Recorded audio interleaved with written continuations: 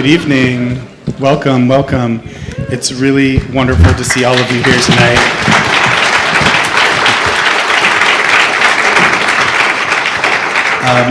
My name is Darren Klein. I'm the Associate Director of Events and Programs here at the Broad. And since opening its doors in 2015, the Broad has annually presented programming to commemorate World AIDS Day, recognizing the many who have lost their lives to the pandemic, the many that are still living with HIV/AIDS, and to acknowledge that globally speaking, the AIDS pandemic is not over. Although, as of 2025, World AIDS Day is no longer federally recognized, the Broad intends to continue to do important programming around this. Yes.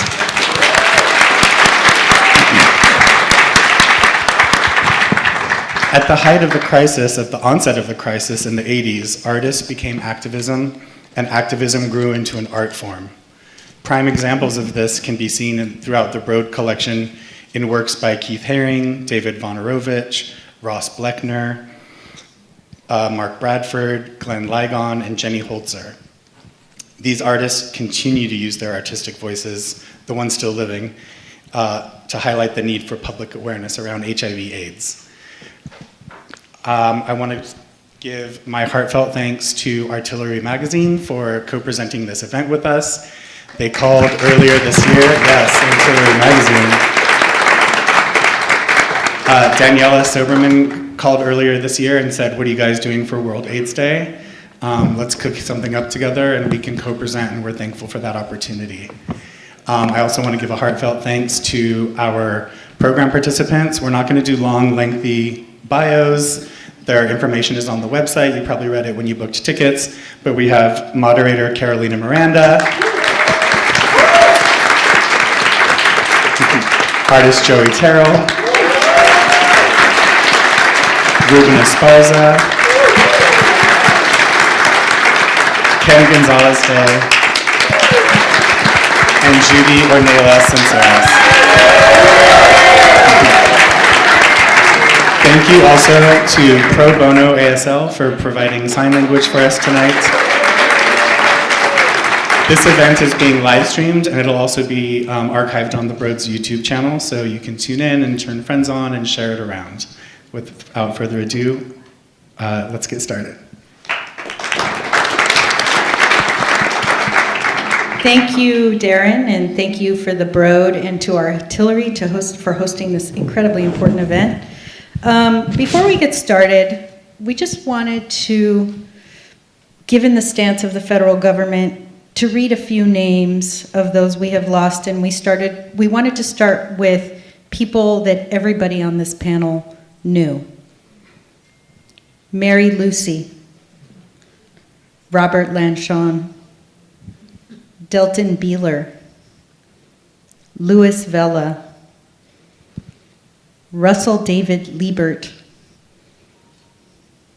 Allison Gertz, Eazy-E, Keith Haring, Rudolph Nureyev, Liberace, Rock Hudson, Fela Kuti. Thank you. Thank you so much for joining us tonight. It is such an incredible pleasure to be here with these. We were having such a great chat in the conference room that we just wanted to invite you all to the conference room, because why mess around with this room, but here we are. So I wanted to start with, because I think it's important to kind of ground ourselves into what AIDS meant when it first emerged. And so I wanted to start with a flash round. We have a lot of ground to cover, so everybody's got to keep it a little short, which was, when and how did you become aware of HIV/AIDS, and that it was a disease that you would have to reckon with in some way? So Joey, why don't you start us here? Okay, thank you, Carolina. For me, it was, I think, 1981, and I first read in the newspaper about a report of, I think it was 5 homosexual men, young, who were presenting with this rare illness, disease. And I was like shocked because they were all homosexuals. And then within a few weeks or a month, I was up in San Francisco, with friends strolling the Castro, and there were flyers and information with Xerox copies of individuals with Kaposi sarcoma lesions, and just this warning everyone, this is what's happening in our community, we need to talk about this. It didn't have a name, it was so incredibly scary. So. Thank you. Rubén? It was 1980. I just moved to Houston, Texas from El Paso. I was 19 or 20 years old.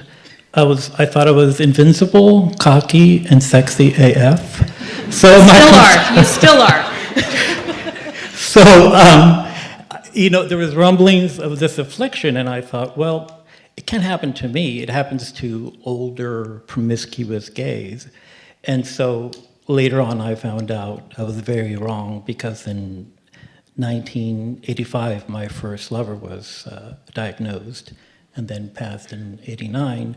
But the rumblings were there, and you kind of deny it. These are my formative years. I can't expire soon, Yeah. I think for me, it was when I arrived in New York City in 1983. I had gone to high school in Nampa, Idaho, and then I was living in Liège, Belgium, which are another small town, and I hadn't heard about it. And then I arrived, and I'm basically a young queer person who's not yet out. I'm like 19 or 18. And I'm staying in somebody's apartment, and I see on the news this thing of this new disease. And I kind of had heard about it in French, but I didn't understand what it was. And this was the first time in America I was hearing about it. I knew I was queer. I knew New York was hot. There were all these sexy guys all over the place.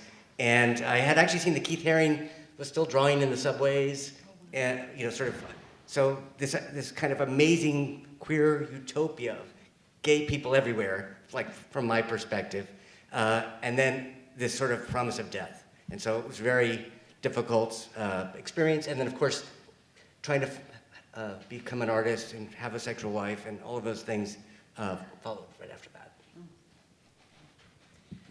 I was living in San Francisco in 1984 in the Mission District, and I had actually been on vacation visiting my family down here in Southern California.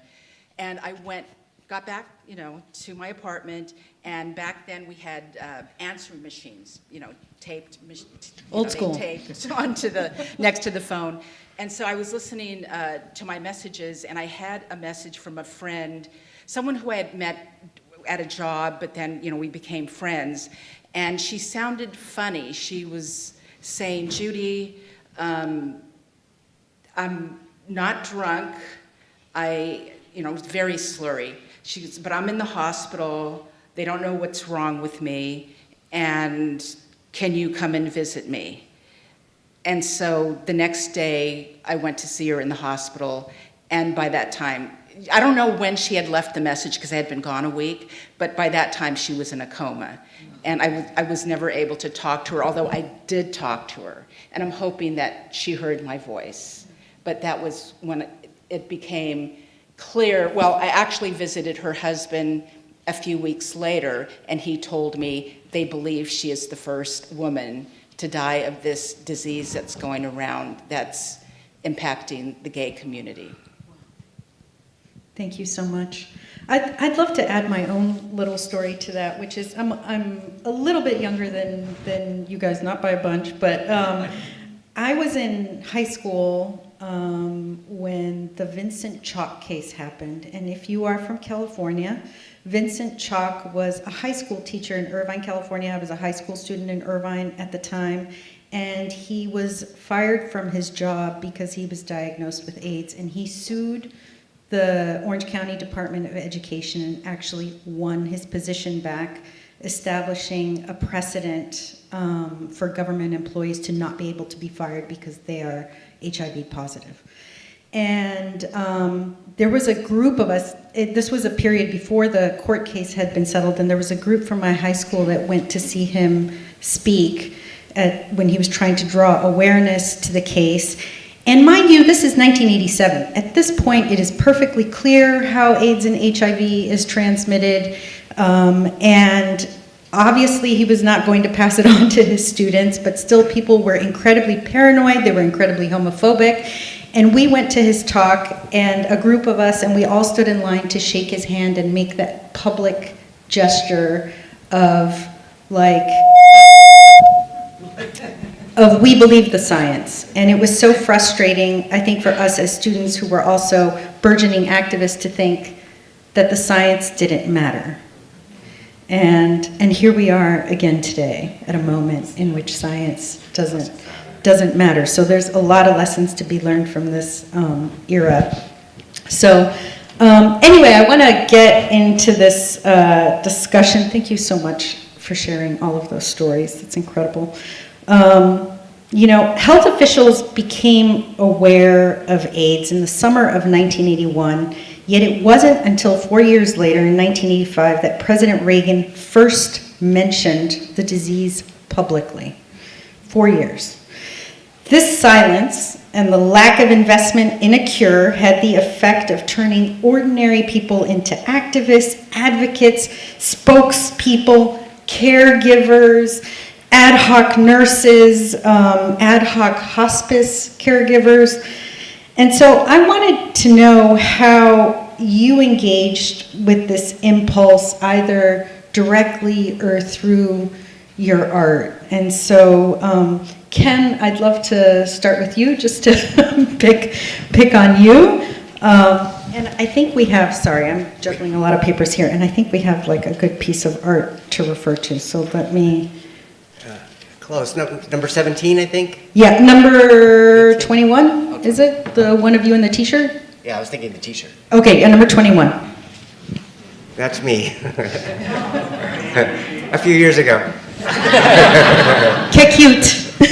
So anyway, I was living in New York, and I guess as far as activism, going to all the marches. I was a student, so I was attending things, learning about stuff, seeing the art that was going on. And then for that one, I think that was 1992, and it was basically for the Republican convention in Texas, and we went from New York all the way down, and along the way we stopped in Atlanta, and I got that Queer Nation t-shirt, and I wore it, which if you've been to the Deep South, you can imagine back then, my friends, when I came out in the morning, they're like, Ken, I don't think you should wear that.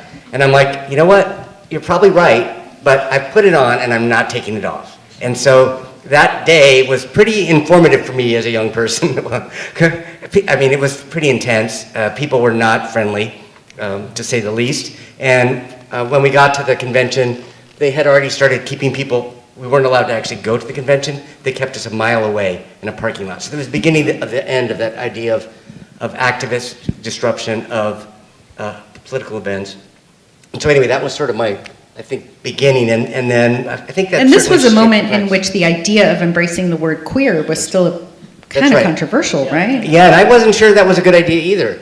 As a young person, but people were very upset about that concept, and now all my students take it for granted that they are queer. So I think that's why I picked this one, because I thought it's an important shift, and it really is a different world now than it was then, and that word was hard won, in terms of thinking about the struggle. And I guess that was an example of literally wearing it and sort of taking it to the streets in my own way. What about in terms of your work, if we could look, and actually, by the way, Ken's retrospective is on at the USC Fisher Museum right now, where you can see some of these early works that we're talking about. So if you have some time between now and I believe March 14th is when the exhibition closes, you can see these. If we could see slide number 20. So this is one of the works that's in the show, curated by Amelia Jones, who's here. And basically you could see that it's early Photoshop 3, if you remember back that far. The files were only 25 megabytes total, and it was a lot of work. So basically I had to shoot them in film and then combine them all. I made the little model, and of course added the KS, and had written this sort of story around it. And basically it's part of a project in the exhibition, which is called The Bonegrass Boy, looking at Two-Spirit individuals and sort of the Southwest, and trying to, I guess, locate myself within the history. I had felt at the time that there was no Latino representation, and certainly I'd never seen a Latino professor in my lifetime. So I was trying to find a way to create a critically informed practice that would draw from my background, which was not valued at that time. People did not consider that to be a reasonable artistic practice. So I had to take my activism to the classroom and try to argue for a space for brown people. And I continue to do that in the spaces I'm in. But so it's great. The show is a great opportunity to think about the journey and kind of think about activism across different projects. It's really interesting because like so much of Ken's work investigates like the history of California, the complicated racial histories and histories of violence, and part of what this project does is it goes back and like queers these important chapters of colonial history, of histories of settlement and expansion and violence. And the short version of it is I play all the characters from my family's genealogy going back 300 years, so that all of the different positionalities are articulated in ways that are would have been authentic for the moment, right, in my family's history, but of course are all diluted within my current genetic makeup, right? So trying to think about ways of thinking about legacies and histories and bodies and the kinds of ways that nations have rewritten our bodies, borders, boundaries, genders, and it's set during the Mexican-American War when so much of America is up for grabs in terms of thinking about the Southwest and what will become the American Southwest. Mm-hmm. Thank you. So Rubén, I wanted to move on to, if we could get maybe, I don't know, slide number 5 up, just so we could get one of Rubén's artworks up. I wanted to ask you about how this activist impulse, this impulse of caregiving kind of played out in your life and your work at the time and to the present. My activism is in the form of art making and organizing, but unbeknownst to me, I was in an ACT UP rally in Houston, of all places, October of 1989. This particular piece is something that was striking to me during COVID-19. It was like a very eerie reminder of the AIDS pandemic. And so my impulse was to create this poster very similarly to the Silence Equals Death, because it reminded me so much of that early period of the AIDS pandemic and this existential angst. And so I decided to do this piece that kind of told the world. Of course, both of these different pandemics are very, very different. The first one I experienced was pointed to marginalized people. And this second one that I survived, I've never had COVID-19 nor HIV. So it's interesting that I find it as a very gargantuan thing in my life that I survived these two pandemics. And so, but many did not, and many people that were very dear to me. And so it was an impulse. And so that's my activism is in the form of art making, like I said, organizing. I was also in Texas, I was involved with a group named Design Industries for Fighting AIDS. And so we would create marketing materials and ads for fundraisings or to acknowledge that the disease was in fact here. So that's kind of, I mean, I take to the streets too, but I also use it in other ways. I think everyone here at some point or another was on the streets. Like, it was that kind of event. All right, Joey, let's see, let's pull up one of your works. Sorry, there are so many images here that number 27. Let's do number 27. No, that's 26. But that one's still beautiful. We like it. All right, that's 25, but that's okay. Which one do you like, Joey? That one. So this is a painting I did in 1989 titled Remembrance. And what I was intending to do was to make art about the grieving that we were going through. I was already very familiar with all of the agitprop that came out of, ACT UP and Grand Fury and a lot of the work that was coming out of New York. But I wanted to do something that was positioned definitely within LA, Southern California, and I thought how best to do that would be through the foliage or the garden and the cactus.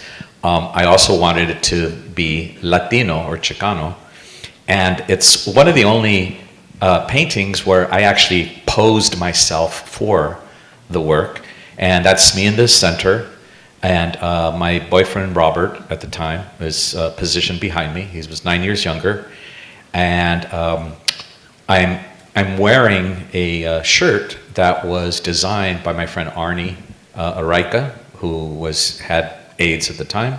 And when I made this, he said he was so grateful that his design would live forever because he knew he was going to die, and of course he did.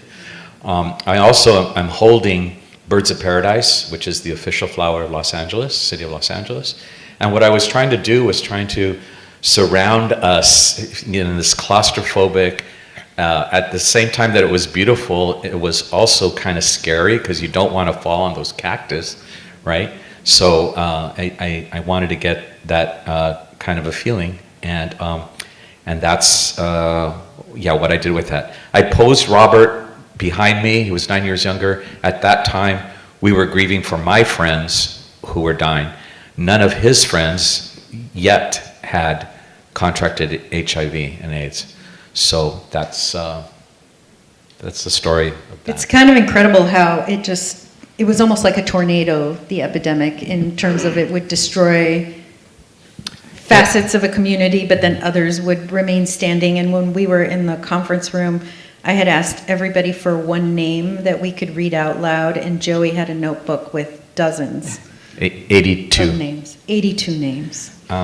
Also, I'll just state for 1989, that's the year that I actually tested positive for HIV, and it was also the year that Carlos Almaraz, who I revered as a Chicano artist and someone I looked up to, died as well. So all of these things and the idea of grief was hitting me very hard. You later went to work at the AIDS Healthcare Foundation where yes. you had more of like an activist policy role. Sort of, how did those years shape the work that you did for them later? Well, first I'll just tell you. I mean, a long time ago, I had decided by the late 70s that if I wasn't going to be the next Andy Warhol, that I needed to have a day job. I wanted to do something that actually meant something or gave back. And so I went into case management at the Center for the Partially Sighted, working with older adults who were experiencing age-related vision loss, macular degeneration. They were in their 60s and 70s, and they could get counseling, they could get special glasses, and they would be fine. Then we saw our first client with AIDS-related sight loss, and that was Roger Horowitz. He was a very well-known lawyer in West Hollywood. He was the partner of Paul Monette, the writer, and he came into the center in the clinic in his bathrobe. He was very weak, and in doing the intake with him, I recognized right away that, oh my God, the systems that are in place to provide services for the blind or visually impaired was not going to work for people that were experiencing AIDS-related sight loss. It was end stage. You had 50 T cells, 6-month life expectancy. The age range was like between 20 to 40. And it was a constant barrage of other opportunistic infections. They had, Kaposi sarcoma, they had cancer, they had, diarrhea, a number of things, and now they were going blind. So that led to our developing the HIV and vision loss program, which is a whole nother panel. And then that ended up me transitioning into AIDS Healthcare Foundation, where I worked in advocacy and public policy. Around the world. Yeah, I ended up, the last 6 years. I retired 4 years ago, and I retired as the Director of Global Advocacy and Partnerships for AIDS Healthcare Foundation.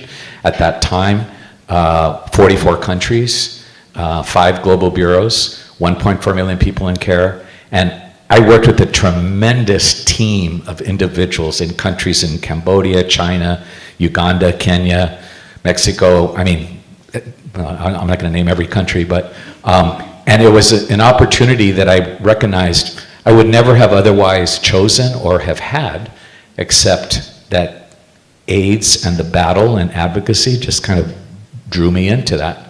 And I love the work that I was doing at that time, and I do miss the advocacy. Some of these people are heroes, and I got to meet a lot of young people, especially in Africa, a lot of young girls who were living with HIV, whose parents died of AIDS, whose, their villages, some of them would reject them. It was just a horrible, tremendous level of AIDS phobia that I hadn't quite seen in the US. So that was, and again, that's a whole nother discussion. But I mean, that's such a powerful thing too, because you've talked about going to some of these villages and being able to say, look, I have this too, and here I am. Well, that was one thing that I came to recognize, that, I wasn't a doctor, I didn't have a medical profession, I don't have a degree, I can't bring those things to the table. But what I could bring is that I've been living now 45 years HIV positive, so that I could talk to these young people and let them know that they have a life, and that if they continued with their medication, they would get gray hair just like me. And it really had an impact with a lot of them. I mean, I was moved by, that I was able to do that. And I remember some of the girls in these vast areas of Kenya and Uganda and villages, they said, no white man has ever come and spoken to us about HIV. And I said, well, they still haven't. Because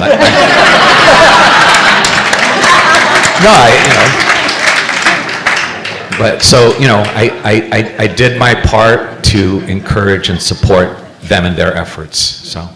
Amazing. Could we cue up image number 10? I wanted to turn to Judy, whose trajectory as an artist is a little different. You were an activist first, doing critical work for organizations like ACT UP.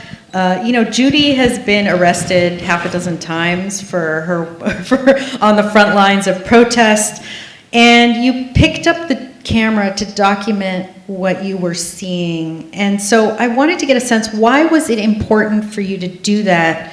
And looking back, what did your camera record that otherwise might have been lost? Well, as a member of ACT UP, and just to preface that, I had been doing clinic defense work, and I met members of ACT UP when I was defending clinics, and that's how I got involved in that organization. When I was in ACT UP, I was a part of the Women's Caucus. I went to the very first meeting. I co-facilitated the Agitating Legal Committee, and being in all these committees, you do work with other committees, public policy, treatment, all of that. But I decided I wanted to do something on my own. I mean, it was very intense work. I was working full-time in the private sector, and then going to the general meetings on Monday nights, committee meetings during the week. I tell people, I can't remember when I fed my cat or did my laundry. I mean, it was just really intense. And people were sick, and you were trying to support them, plus try to have an impact on what was going on in Los Angeles. And we also did work with the other ACT UPs to have some kind of impact on a national level. But I think mainly I wanted to just take photographs of where I was and the people who, I was surrounded by. There were two other photographers in ACT UP, amazing photographers, Chuck Stollard and Robert Navarrete, who they had more photographs in the ACT UP LA newsletters, which, by the way, you can see at the One Archives and Library at USC. But I just felt, and I had always been interested in photography. My mother had Life and Look magazines, so I would go through those, and I didn't even know who the photographers were at the time. I was just like, wow, this photo, these people look so different, because I was in Bakersfield. I'm from Bakersfield. And then in seeing, Deanne Arbus' work on the streets of New York, I'm like, why are they dressed so weird? I'm fascinated, you know. It's just everyone, you know, it really opened my eyes to people outside of my Bakersfield bubble. But by this time, you know, I had spent many years in San Francisco, but I just finally decided to start documenting. And so, you know, being a part of the Women's Caucus, I really tried to focus on women, but looking back, I don't have a lot of photography from that time. This is like maybe the second or third row I ever took from a SLR camera. You know, so I was kind of learning on the job. And so that's, you know, I just wanted to do something that wasn't a part of a committee, but take images that I felt were important. I mean, you have an incredible archive, and I think your work also speaks to, even though this initially emerged as a gay man's disease, the critical role that women played as activists, as caregivers, as rabble-rousers. And I would like to talk about that photo specifically, about what we were doing, what that photo is about. Was it number 10? Yes, number 10. Let's go back to number 10. So this was in Sacramento, and this is Ellen Yellowbird. She was obviously on the bullhorn. We had done in 1990, in the fall of 1990, a protest at Frontera Prison for Women. So a woman, Mary Lucy, who you had mentioned earlier, she and her partner started coming to ACT UP LA meetings in 1990 because she was a person with AIDS, and she saw how women were treated in the facility. Okay, so she brought the issue of prisoners with AIDS to the body of ACT UP LA, and that became one of our very important issues. So then in 1991, we had another demonstration in Sacramento on the Capitol steps, and also a small affinity group, 19 people, took over the office of the director of the California Department of Corrections to, you know, place our demands. This is the third action where we were able to sneak up into those offices. But by this time, they knew we were coming and we were locked out, but that's fine. We had the march, and this is that rally outside. And you could see the person with, it has ACT UP with a chain around it. That was actually a group of California ACT UP chapters who got together to do this action. So spearheaded by ACT UP LA, but also ACT UP San Francisco, ACT UP in Santa Barbara was involved. And so that chain was California HIV activists and inmate network, something like that. So this is, you know, I really love this photo because, you know, you could see Ellen in the center. She's surrounded by other activists, and then, you know, shadowed by law enforcement who were all over the place. Remarkable images. You have all engaged the subject of HIV and AIDS in direct and indirect ways in your work, and so I'd love to know what compelled you to first engage the subject, and what it's like to look at some of that work in retrospect. And I'd love to start with Rubén. He has this great piece, slide number 1. If you could tell us a little bit about that work. Wow, that's pretty intense. None of this is light. During the period of 1989 and 1994, I did not test myself for HIV. I was too nervous because I felt for sure I was next, because my first love, I love saying that, my first love passed away from complications with AIDS in 1989. So, and he was diagnosed at 20 years old, and he died at 24. He was one of the youngest people diagnosed in the country, but he had a great support system. So it was, you know, so from 85 to 89, it's like hell number 1. And so hell number 2 was 89 to 94, because I was for sure thought, I'm next, right? I played around, because remember, I was sexy AF. Still are. If you all remember. And so for sure, I mean, you have to remember, if you're diagnosed HIV-positive in that period, it was a death sentence. There's no arguing this, and it's just a slow decline, a brutal and horrific thing to experience. It changed who I am. And so I wanted to create a piece that was disturbing and to kind of mirror how I felt during that period. And so I actually, along with this, I mean, I did a whole series of glove pieces because gloves were very iconic during that period because it was a protection from other bodies and you protecting from other bodies that could be infected. I hate that word, infected. And so I wanted to do a series of pieces that spoke about that. And I also have to thank Ron Athey because he was very inspirational in this kind of blood work, as it were. And so I did this in '95, and I wanted to go back and experience that horrific time and create this, the piece that was disturbing. But but at the same token, when I first moved here in '91, I forged some great friendships. And so this piece is a culmination of that terror, but also of loyalty. So I asked my friends to volunteer to donate blood, and I hired a phlebotomist. And so I collected the blood, and I created this whole series of pieces that talks about that. So in the summer of '94, when I went to the doctors to get checked, and then you waited 2 weeks, right? And I took that Friday off so that I could either, cry or go to the beach. So, so the news was HIV neg, and I had a whole day planned that I was going to go to the beach, go for a swim, naked, and do all kinds of things. So that was the, I thought this piece was disturbing, and it spoke to what I was trying to do. Yeah, and it's interesting how I see new things as I see it 30 years later. It's just interesting. Yeah. It's a great marker in my life. Your story is a story I've heard so often from men during that era, kind of resisting the idea of testing because you just didn't want to know.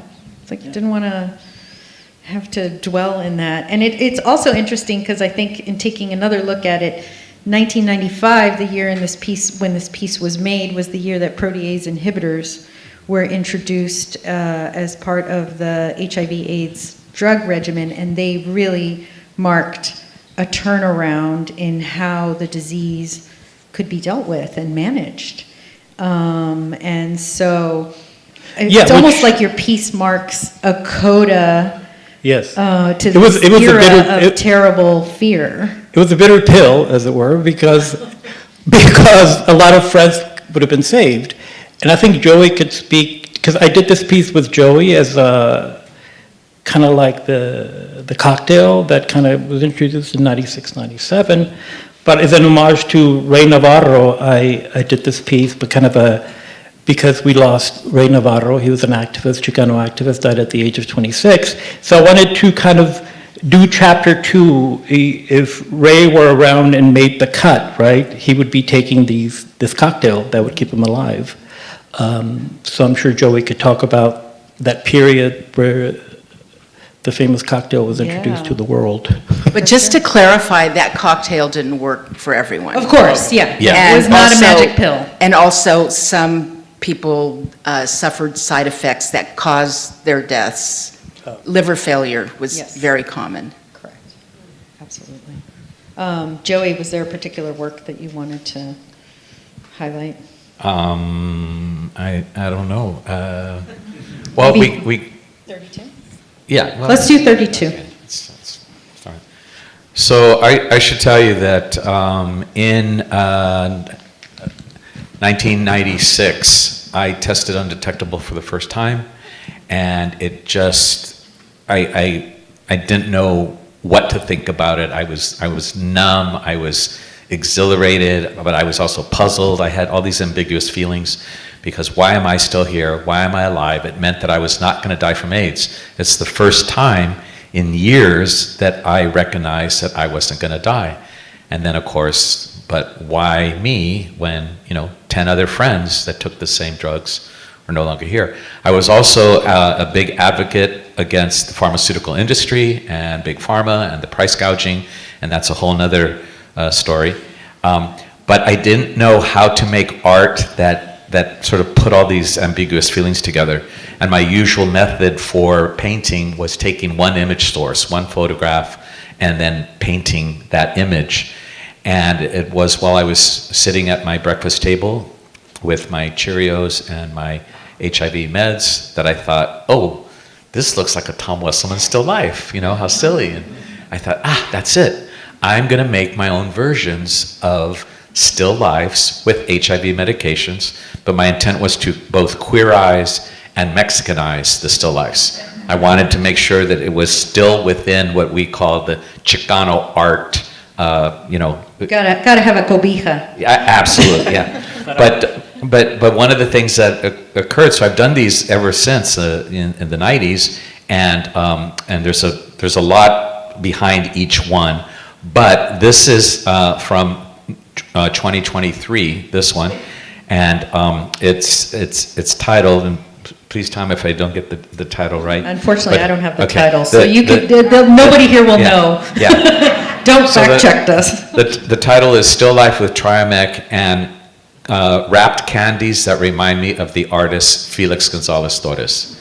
Okay, and what I started to do was that I recognized that along with placing HIV meds in a domestic setting with products and things, right, that a lot of people can relate to on some level, in these very surreal compositions, I could also now start to pay homage to artists who have died from AIDS. And I was prompted to include the candies because of the controversy over Felix Gonzalez Torres' work, where the text and the titles were being altered or tweaked to remove any reference to HIV, which I just found appalling. I was very angry about that, so that's why I put that in there. And I've since done that with other works as well to honor Teddy Sandoval, Gil Cuadros, other folks, and David Wojnarowicz, and I'm going to continue to do that. Instead of just it being about my medication, I want to pay homage to all those other artists who are no longer here. And I think some of the canvases have actual medication attached to the surface, correct? Yeah, well, and when I first started out, I started out because the first one was Still Life with Crixivan. When I tested positive in '89, you know, and the reason I tested positive, just for folks that don't know, I, like Rubén, did not want to get tested. I saw no value in it. I knew that if I tested positive, I would be so depressed, I would get so upset. I didn't think I could function. I didn't see any value in it until the medical community started to change the idea about you can start on certain medications early and you can stave off or mitigate the onset of AIDS. And I said, well, that makes sense. So that's why I tested, and unfortunately I tested positive, and it, freaked me out. But I enrolled in a clinical trial for Crixivan out of UCLA, and talk about side effects. I had kidney stones. I got very familiar with what it was like to have kidney stones. Very painful, and so I had to stop. But I had a bottle of the pills, and I said, this is $10,000 worth of medication here, and I'm not just going to throw it away. And I said, I'll figure something out. And that was when I tested undetectable. I used those pills directly onto the canvas. And I would do the actual pills with my cocktail. But then after a while, I thought, this is art. I can make them big or small. I can do whatever I want. So I started to play with the textures, the ideas, the mediums. And now I rarely use any actual pills. Everything is constructed or fabricated on there. Too expensive. Well. I wanted to go back to the question of activism, because activism in the sort of 80s and 90s could be very theatrical. Protesters took to the streets bearing coffins, they staged die-ins, they interrupted church masses, ACT UP activists dumped the ashes of their dead loved ones on the White House lawn. And we are now at a moment in which the Trump administration is cutting critical programs like the President's Emergency Plan for AIDS Relief, otherwise known as PEPFAR. And he's demonizing trans people. It's also a time in which ICE is raiding communities around the country, and, you know, queer immigrants like Andrea Hernandez Romero all of a sudden find themselves in a Salvadoran prison. And so I wanted to know from you, and I think we'll start with Judy, because Judy was really in the trenches on the activism of what can we learn from the ways in which activists from the AIDS era wielded protest? What are the lessons that we can begin to apply As now? far as creative elements. Creative or effective or Well, I rowdy mean- or... Okay. Well, I think that people shouldn't be afraid to take chances, first of all. We had very effective actions in working in solidarity with other organizations or just with, you know, our own, you know, body of activists. But also we had affinity groups that could be stealth and visible, then visible. For instance, we had an affinity group called Say No, Stop AIDS Now or Else, and they made a plan to go to the Rose Bowl. I believe it was January 1st, 1990, where they went out and, they chained themselves together and they stopped the Rose Parade for a few minutes with a banner. Okay, so that's stealth and then visibility. But that there were other actions where people would leave stealth messages in various forms, and, you know, people never knew who did it. Now, the purpose of affinity groups in ACT UP was someone would come up with an idea, and it wouldn't necessarily be sanctioned by the body, but they would ask a close group of people, anywhere from probably 3 to a dozen, to do an action, but it wasn't talked about in the general body. There was no approval asked, and, you know, so Say No was one of those. And so people should, I really think, should try to be creative and not be afraid to try and experiment with their messaging. And if you're gonna do it, you need to get that message concise and make sure people will understand it. Otherwise, you know, you don't want it to get convoluted and people to look at your messaging and say, what are they trying to say exactly? You know, so so there were various affinity groups throughout the, you know, the history of ACT UP LA, and obviously San Francisco ACT UP, they stopped the Golden Gate Bridge, the Say No group there, and the San Francisco Opera.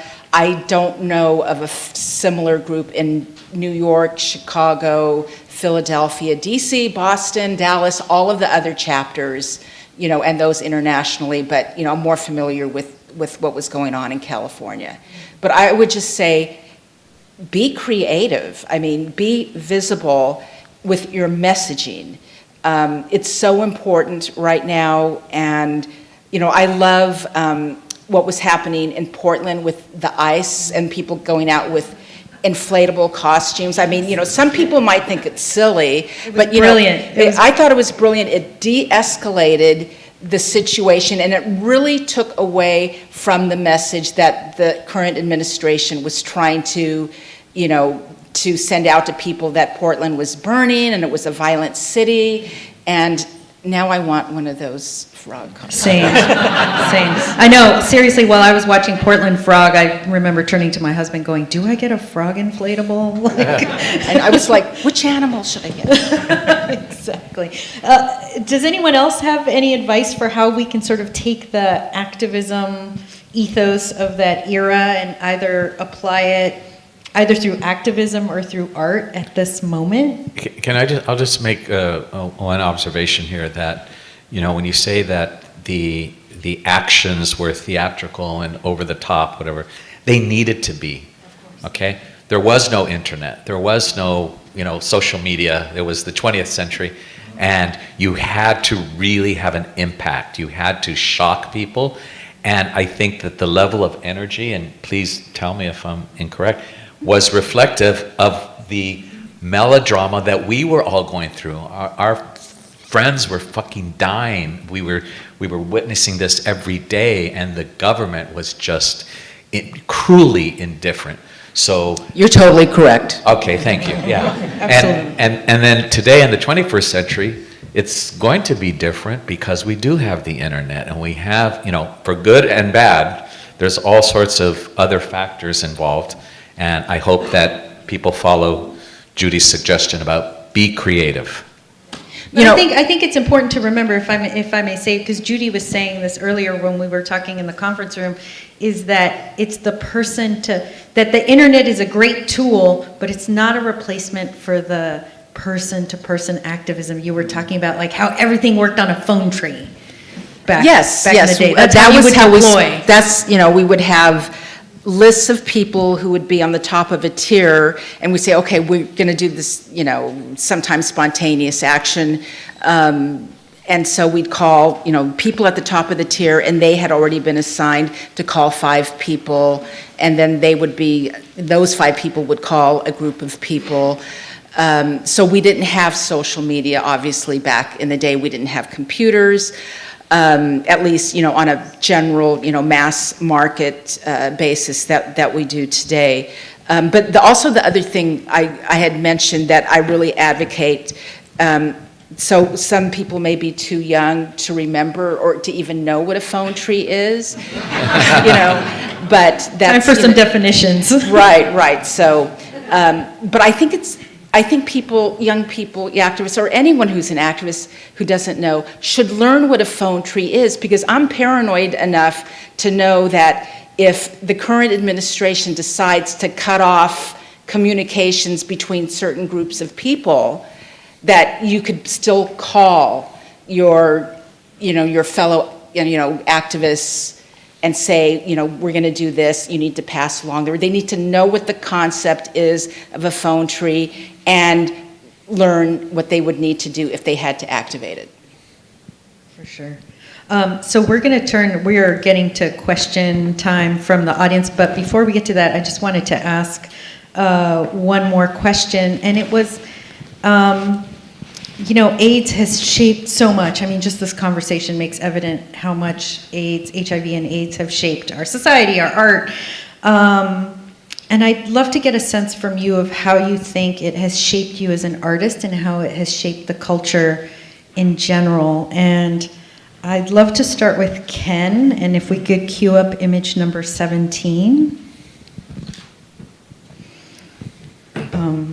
So yeah, how has the AIDS epidemic shaped you and culture in general? Either or both. Yeah, that's a good question. So I'm a little bit younger than some of the panelists, so I was really a student for much of that. I went to some of those actions, but I wasn't an organizer or anything like that. I was just a participant. But this is basically 2010. If you guys recall, the first version of gay marriage was in San Francisco, created by the mayor, Governor Newsom now. And basically, I was living here with my partner. We had never thought we'd want to get married. We were of the generation where gay people, that was a bourgeois goal, and we were, why would we want to buy into that? And it never occurred to us as something that we would ever want to do. And then we were watching on the news and basically seeing the couples getting married, and we thought, well, maybe we should go. And we've been together a long time. We might be a good example to show that gay people aren't crazy, that they could, pay the rent or whatever. So we looked at each other, we said, should we get married? And, do you want to get married? It was, in the kitchen, and we basically, Southwest Airlines bought the ticket, flew up to San Francisco, got married on the steps in City Hall in San Francisco. Oh my God, did Gavin Newsom marry you? No. That would be cool. No, actually, they had all these volunteers, and the person that married us read my partner the vows, and then I didn't get to read my vows. And we asked the lady, well, my husband asked, well, doesn't he get to read his vows? And she thought for a minute, she was like, no. And so I never got to do it in that way. So later when we had a reception, my aunt had me read the vows. But it was because there were so many volunteers in City Hall, there were literally hundreds of people getting married, and so it was like, okay, fine, whatever, it's all good.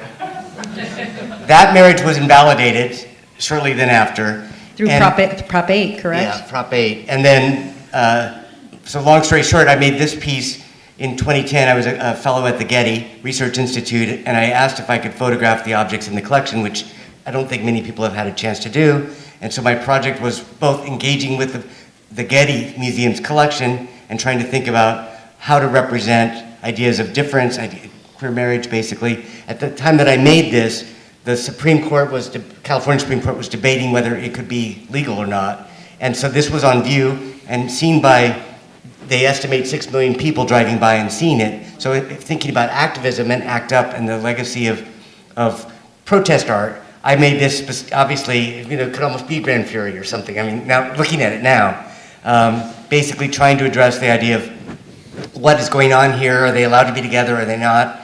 Having these objects reactivate. I didn't make the sculptures, I just photographed the sculptures and put them together in a new way to think about all of the possible narratives. Is it about desire? Is it about colonialism? Is it about conquest? What are we seeing here? What are the kinds of relations that exist between people, and what are the kind of distances between them? So the distance in the middle is that the ambivalence of sort of what will happen. And 4 months after this came down, the Supreme Court supported gay marriage. So for me, it was my way of trying to contribute to the conversation. I did get emails from people. At the bottom, the only thing we had was the website for the exhibition. People would write me, what is this about? What's going on? So I felt like it was actually incredibly liberating as an artist from photographing these objects in a very formal setting of the Getty. I'm sure you've all been there. And trying to find a way to take that institutional legacy and to move it in a different direction and to create a different kind of discourse with objects that are normally seen as oppressive, normally seen as representational violence within the institution, within our culture, and to try to take that existing legacy, not to deny it, but to repurpose it and to create a new space for people to think about that. And this was, so for the show, the billboard was organized by the Mack Center for Art and Architecture. And basically I had to propose it, so I proposed both, the boy version or the girl version, and they picked the boy version. And so the girl version I did eventually show. You're seeing here at a place called Cienega Projects, and then later was shown at Art Basel in Miami. And again, trying to think about that idea of what do we see and what do we project into the figures. In this case, they're also still Getty objects, living a very different life. And the short, I should probably stop. No, I mean, I'm also just fascinated by, in terms of this recontextualization as well, is the recontextualization of marriage. You talked about how you first approached it as this rather bourgeois thing, but the AIDS pandemic had made clear that having a legal partnership with someone was a critical thing to have when they're dying and in a hospital and you might be denied access to them. Right, and also you would lose your house. So if you had a house together, the parents, the families often, there were many stories of friends of ours who were kicked out of their house that they paid the mortgage on, and they had a partner, and the parents didn't care, or the family, or extended family.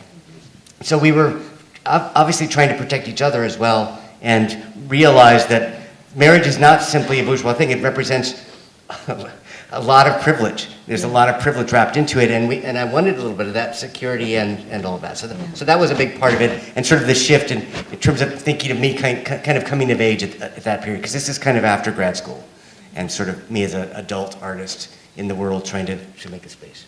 Awesome. I think we should probably turn to some audience questions. I don't know if anybody, because we could keep talking about the art all night. I don't know if anybody had any questions. You can raise your hand. Oh yes, back there in a white sleeve with a red cuff. I think you're wearing a baseball cap. I have these incredibly bright lights in my face. So it's We really can't see you. So yeah, go ahead and shout out your question and I'll repeat it. Hi, can you hear me? Yes, perfectly. Cool. Thank you all for the works that you shared with us today. They're incredibly inspiring and moving. I really appreciate it. I just wanted to ask you all how you would advise someone who is also creating artwork in terms of their own identity in relation to their status, how they could go about actually creating the work to produce in wider quantities to give to other people, I guess. I've been creating artwork about my positive status for like 10 years now, but I'm mostly only able to make like one thing for myself, and I would support that, whether it be like the shirt that I designed today, or different hats or shirts, or anything that was very affirming to my status. And I would go to places, just working in the HIV field for the past 15 years, would be going to places like HIV and AIDS conferences all around the country. And I would love to have my own table there with status affirming messages, but I just don't have the financial means to produce a lot of my work. So how would you all, I don't know if there's like HIV arts scholarships out there or anything like that for folks who are trying to follow in your footsteps. Thank you. Let me just repeat that question quickly for anybody who may be watching the live stream. Basically, someone in the audience asked, an artist who is also HIV positive, asked how he might create work that could be more broadly shared with a general audience, but without having big budgets. Like, what resources might there be out there for him to do that kind of work? I don't know if there's somebody that wants to tackle that question. I can give it a go. There's an organization called Queer Art out of New York, but it works across the nation, and they basically have a listserv which gives opportunities. It promotes the artists that are membership in it, so you can apply for it, and they're paired you with a mentor, and they have a bunch of resources. So even if you don't get selected to be in that program, you can still tap into those resources. And then Creative Capital is also another resource for artists that one can apply for grants, and they have lots of workshops as well. So part of it is just getting out there and meeting people that are active and getting yourself visible. Of course, social media, we all know that part. But if it's your algorithm, you're not going to get any new people, right? So the trick is to connect with some larger organizations. And those are two I could think of. And I think the trick with grants, as somebody who sat on the jury for a number of grants, is not just applying once and thinking, oh, I didn't get it this time, that's it. It's sometimes it's just being in the game, and then your number comes up. So I'll also just suggest, and if you haven't already, Visual AIDS out of New York is a great, organization that archives, supports artists living with HIV, artists that have died of HIV. There's any number of curations where they take images and add them to online exhibits, as well as supporting artists out in the real world. So that's one place. The other thing is that you mentioned, conferences, and I mean, I've been retired now for 4 years, and so I am out of the loop. But the International AIDS Conference, as well as the United States Conference on AIDS, they usually do have an arts component at every convention that they have, every meetings. So I would reach out there and maybe hook up with other artists, because I know that, I used to meet them at the conferences. So those would be my two suggestions. thank you so much. Any other questions? Oh, right here in the front row, sir. I'm just wondering if you guys can comment on how the incredible loss of queer artists has affected queer community, queer culture, and our world in general. I'll repeat the question for online, is how have all the losses affected queer culture, the queer community, and queer arts? Loss of queer artists. The loss of queer artists. Queer HIV.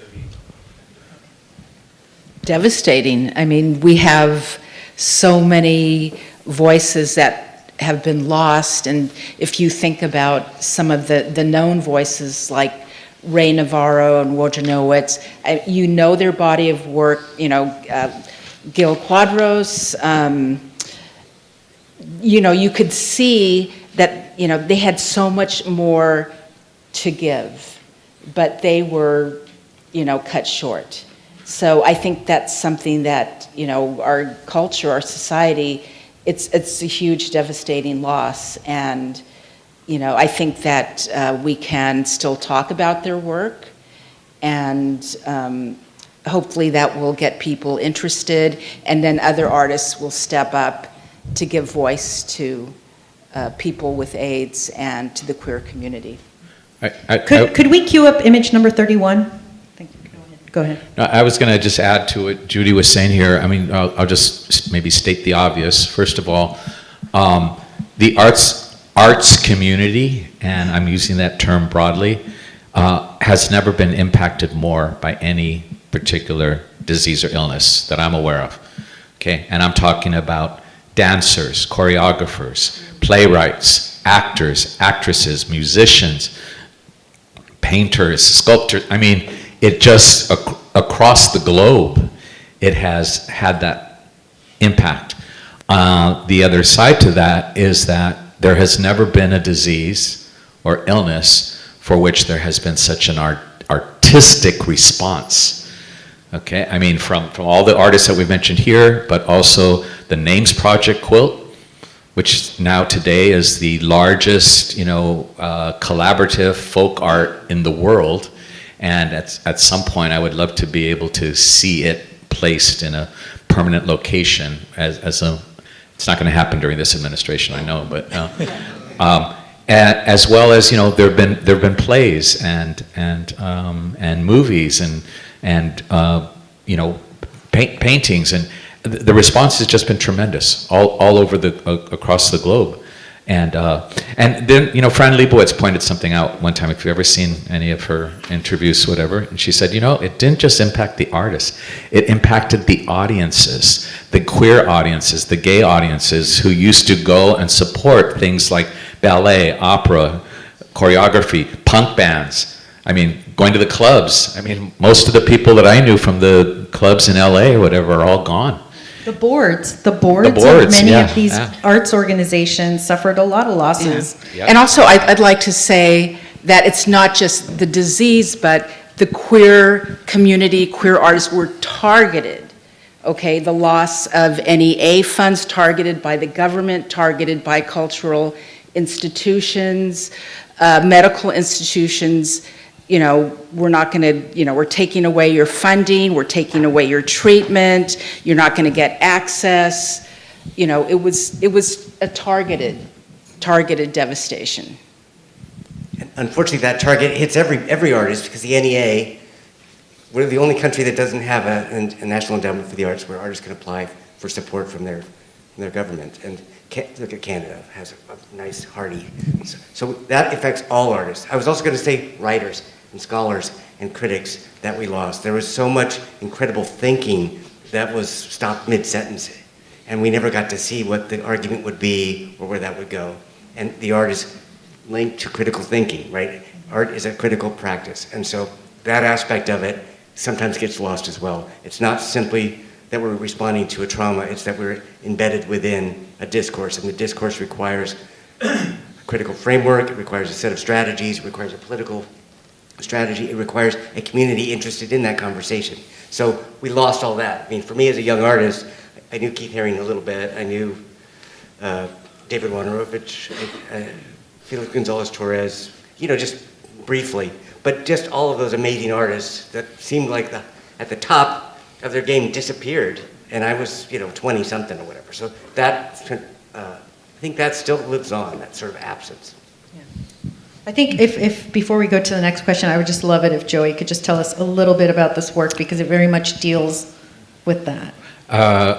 Okay, so over the years, back in the the late 80s, early 90s, whatever, I said to myself, I've reached 50 people that I knew that had died. And I said, okay, I'm just not going to count anymore. That's it. I can't do this. But I started to do these collage works that take a section of the Caravaggio painting, The Entombment of Christ. And the section that I took, to me, focuses on the dead human Christ and the grief that, Nicodemus and Mary and whoever is there. And I borrowed the trope of Warhol and repeated it. I would do this in like 8 sections, 5 sections, different. And then finally, 2 years ago, I said, you know what, it's time to do all 50. And so this is the diptych that I did. And a couple aspects to this that I like is that every image is the same, but yet every image is painted individually. So I like to think that I'm making comment on, we talk about AIDS victims or people that died of AIDS, but every one of them was an individual. The other thing someone pointed out to me, and I love this, that they said, the jewel-like colors that you used, they kind of look like stained glass. And I thought, oh, okay, yeah. Because don't get me started on the Catholic Church. That's next week's panel. But anyway. We'll be here next Wednesday. Thank you. Any other, back there. My favorite six. Just thank you all so much for being here and sharing. I was wondering, and thank you for sharing such helpful information for emerging activists and activists that are looking to continue this legacy. What is giving you joy right now? So let me repeat that for the online folks. Someone in the audience asked, what is giving you joy right now? Let's start with Rubén, since Rubén did. What is giving me joy right now? Well, I'm happily married. I've been married for 28 years. Thank you. And,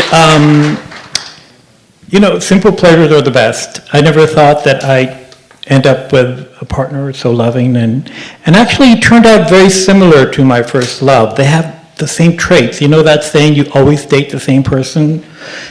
So I was lucky, you know what I mean? So I was lucky to find someone that had the same qualities that I love so much. So my husband and I we're always talking, and he's like, I asked him, what brings you joy? What do you love? I said, I just love staying at home, and you cook, and we watch Netflix, and we cuddle. And so we've been doing a lot of that lately. So that's what's bringing me joy. It's so that I thought for a while that I wouldn't find love again, and I did, and so that brings me a lot of joy. Oh, hi, Holly. Thanks for the question. Judy, you want to? Well, right now I'd say being able to show some of my photographs, a couple of them that have never been seen publicly. Now, just people might or might not wonder what some of the photographs are that are beyond ACT UP. Could we get image number 11? Sorry to butt in. That's okay. What I wanted to do, the purpose of showing this is now the 2006 Marcha Lesbica in Mexico City, and I went with an arts organization, an offshoot of Que Viva, and Tongues was all women writers and different, artists, and so we actually connected with a group of women in Mexico City that had started, this is the third annual Marcha Lesbica, so they had started doing these marches. And so basically this image and the other images that you will see of people in the street, I wanted to show that there was, after ACT UP, there were still modes of resistance where people were gathering in the streets. Now, you could see smiles on their faces. If you've never been to a Dyke March, well, people, they gather in a spot and we march somewhere, but it's usually mainly a visibility action. But, you gather, you have fun meeting friends, you make new friends, you avoid exes, there's all of that, all of the things that happen when community gets together. And so this is an image at the, horrible Spanish, Monumento de la Revolución in Mexico City. Well done. And these are two women that came from the U.S. There were about a dozen that came from the Tongues organization that I went with, but this couple right here and the couple in the background, both couples were from the U.S. So it's just, global connection of resistance and joy. I want to add that Judy was a key organizer of the 1993 National Dyke March, correct? Right, on the eve of the 1993 LGBT March in DC, which I call more of a parade. The Dyke March was really more of a march and very intense and fun, and women with their shirts off, and there were some torches, fire eating, puppets, there were they estimated 20,000 women Okay, this is April 1993, the eve of the big parade the next day.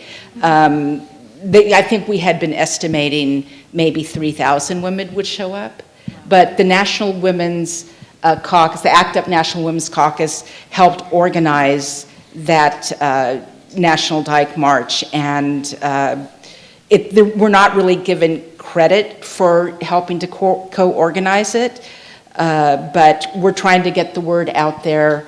There is a book that's being planned called ACT UP Beyond New York, and it's going to focus on chapters, what chapters did outside of New York, because everyone's like, New York, ACT UP, New York, ACT UP, but we did so much work in our local cities, counties, states, and the National ACT UP Women's Caucus. It was a national Dyke March. It wasn't just from one big major city. And so there's going to be a chapter on our organizing that's going to be a part of that book. So it's safe to say you like being dykey, brings you joy?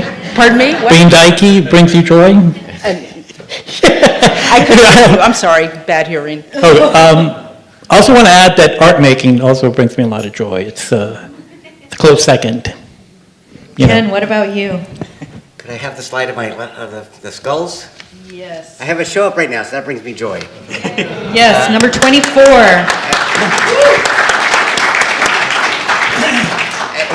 Anyway, you can find more information online, but I'm pretty proud of it.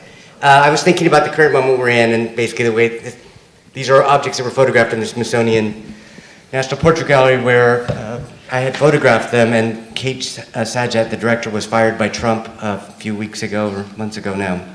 And so I was trying to respond to our moment that we're living in, and to create an artwork from that. So for me, even if the artwork might be difficult to look at, the process of creating a work and working through ideas I'm thinking about is a point of joy for me. And I think also I just had my last day of teaching for the semester.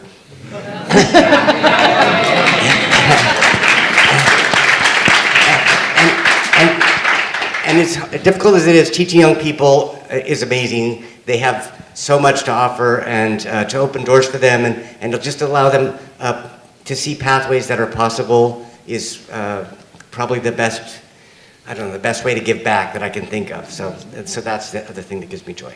Can I just sorry, if I could just butt in. This work is currently on view at Luis de Jesus. Sorry, I gotta pimp everybody here. This work is on view at Luis de Jesus right now. Thank you. I just wanted to plug one more thing, is I am a co-producer of the ACT UP LA Oral History Project. We've been collecting interviews for 5 years. We're probably headed into our last 6 months. So if we haven't approached you and you were a member of ACT UP, please see me tonight, or if you want to donate money. And we've interviewed over 100 people, and we have learned in the course of this project, of course we knew back then, but there's been over 100 members that we've been able to locate that we have also lost. So it is a project, intense project. Closer. Just hold it closer. Okay, anyway, whoever heard that. All right, Joey, what is bringing you joy? Well, first of all, art, that's always there. But having said that, native Angelino, second generation, Californian, but I have a second cousin. He and his wife live in New York. They just moved to Tribeca, and they have a son, my little cousin Rudy, who just turned 2. I cannot look or talk or see Rudy without feeling a tremendous amount of joy.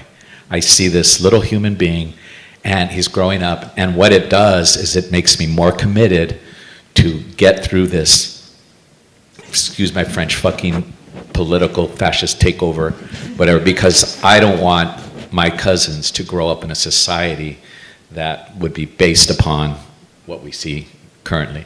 So I also found out that Michaela, the mother, is due for her second child in March, so I will have 2 native New Yorkers in my family. And I also have my other cousins in Chicago. I now have Serafina and Conchetta, who are around the same age, and I have 2 native Chicagoans in my family now. So that brings me joy. Amazing. What a great question. Okay, one more question. You, sir. So we talked about a lot of people who have passed away who left a legacy. I'm sorry about my voice. By the way, I'm one of the co-founders of Gay and Lesbian Latinos Unidos, and the founder of Viva, and Joey and Rubén used to be part of Viva, the queer Latino collective. Que Viva from, yeah, Viva, that you start. yeah, we call it different ways. But, so my question is, what do you want your legacy to be? The question is, what do you want your legacy to be? Who wants to start? That's just a simple question. Easy peasy. Rubén looks like he's... Well, I'll go first because I'm on this side. We'll go down the road. No, I want my legacy to be my art. I mean that's as Ditto. distinctive as I can put it, right? And whatever that may end up being. Every now and then I do, especially when I'm stoned, I think about, wow, 100 years from now, someone's going to look at this art. I just wonder, how are they going to view it? How is it going to impact them? What are they going to think? How are they going to feel? Are they going to like it? Is it going to be something like, what is this? I don't know. I just and I don't know what to believe in, but if I'm around at that time, flying up either from down there or up there, I'm really curious to see how my art will, become my legacy. Yeah, the answer is the same. And you also have to realize when you put artwork out there as societies, the lens changes through time. So maybe this artwork in 50 years will be looked completely different than what we see now. You have to remember that this age scourge and this thing that we went through, at the end of the day, it's about life and death. And what is more universal than life and death? And love, of course, right? So this picture here of my dead first husband could be looked through a completely different lens. What that lens is, we don't know. But I want it to be out there as some sort of a remembrance of something that people went through at this period. And we're super young people with amazing promise were snatched away. So art is very important. I'm not going to cry. You could cry. Of course, the art, but I would also say that the critical framework that underlies the art would be what I would hope. The idea that as a generation we were looking at larger social and cultural issues and trying to find ways of responding to those, and art is just the form that it took, but it's about the response, so that other people, their response was in poetry, their response was in scholarship, their response was in other things. So in that sense, we're working together, and it's just visual art is one of the outcomes of that practice. And I think for next generations not to lose that idea that there isn't agency to our practice, right? It comes out of ACT UP, it comes out of the idea of trying to change the world, or to acknowledge existing challenges, and to make those conversations shared and potentially enjoyable and pleasurable and engaging in ways that sometimes it feels overwhelming when you're watching the news and you're thinking, how can I even get up tomorrow, right? And this is a way of I think, giving back and sharing with people. Well, this is something that when you asked me earlier why I picked up a camera, and so I didn't say this, but I forgot, but now I remember. Back in, the early 90s, and I call it, that's my own, golden age of queer activism, because, besides ACT UP, there was Queer Nation, there was the Dyke March. I felt like in the media, when there were a lot of photographs or coverage, it was mainly San Francisco and New York. And I'm like, wait, there's all this stuff happening in LA, and what we usually saw in the media about LA was really Hollywood celebrities. But not everyone's a Hollywood celebrity, and there is a vibrant, vital queer community throughout Los Angeles, and those people are being ignored by, who's the queer star that came out, or, the best, queer representation on film. But, our community goes beyond that. And so I'm just hoping that people will see in my photographs beyond, well, I don't really have any Hollywood celebrity photos, but that there are people that were vital to the community, so important. Right now we're seeing a photograph of Kimberly Kim, who's a very well-known bartender and talented musician. I met her first when she was bartending with Vaginal Davis's club in West Hollywood called Brick Tops. And then she has, continued at various queer clubs. And this photograph is at the very first Dyke Day LA in Barnsdall Park in 2008. But yeah, I wanted people to, see representation of queer LA beyond the celebrity. Although, she is kind of a celebrity in our community, so. I was super excited to moderate this conversation because for many years when I lived in New York City, I was a volunteer at Gay Men's Health Crisis, where I supported a buddy who didn't speak English in just doing daily activities like going to the doctor, shopping, helping with whatever the buddy needed, I would do. And my client, when I first started our relationship, he was in really bad shape. He was living in an AIDS hospice on the Lower East Side. And this was right around the time of protease inhibitors, and he is one of those stories of people who turned around from death's doorstep because of protease inhibitors. And one day I showed up at the hospice, and he was feeling good enough to go out. And so him and two of his buddies from the hospice took me to a sex toy shop on the Lower East Side, where they proceeded to dismount an inflatable phallus that was on display on the wall and start to bonk each other on the head with it. And so this leads to my final flash round, which is, the AIDS pandemic was a terrifying time. It still is terrifying in a million ways, but it was also filled with these moments of solidarity and warmth and humor and, a giant inflatable phallus and like three guys like bonking each other on the head with it. So I want to know, what is the memory of that era that you hold dearest? Joey, why don't you start? I've got, dozens of memories like that. You get one. Just one. So, when I was in high school, I was a volunteer with La Huelga, Cesar Chavez Great Boycott, and we get people to sign petitions and to not go into, this supermarket, for non-union lettuce or grapes, whatever. And that my activism then segued into, gay liberation and then HIV and AIDS. I think it was in '88 when the Names Project quilt was first laid out in Washington, D.C., and I went to it. And at that time, you couldn't even get within 5 feet of the Names Project quilt without just bursting into tears. And that's what I was doing. One of the things that they would do when they display it is that they would have people up at a podium with a microphone just reading the names, right? And probably a lot of you are familiar with that. And I remember hearing this voice, and I said, God, that voice sounds so familiar. Who is it? And I went over to the podium, and it was Cesar Chavez. So for me, it was like, a full circle, and yeah. Beautiful. Rubén. Again, simple pleasures, right? The last year of my first partner's life was pretty brutal.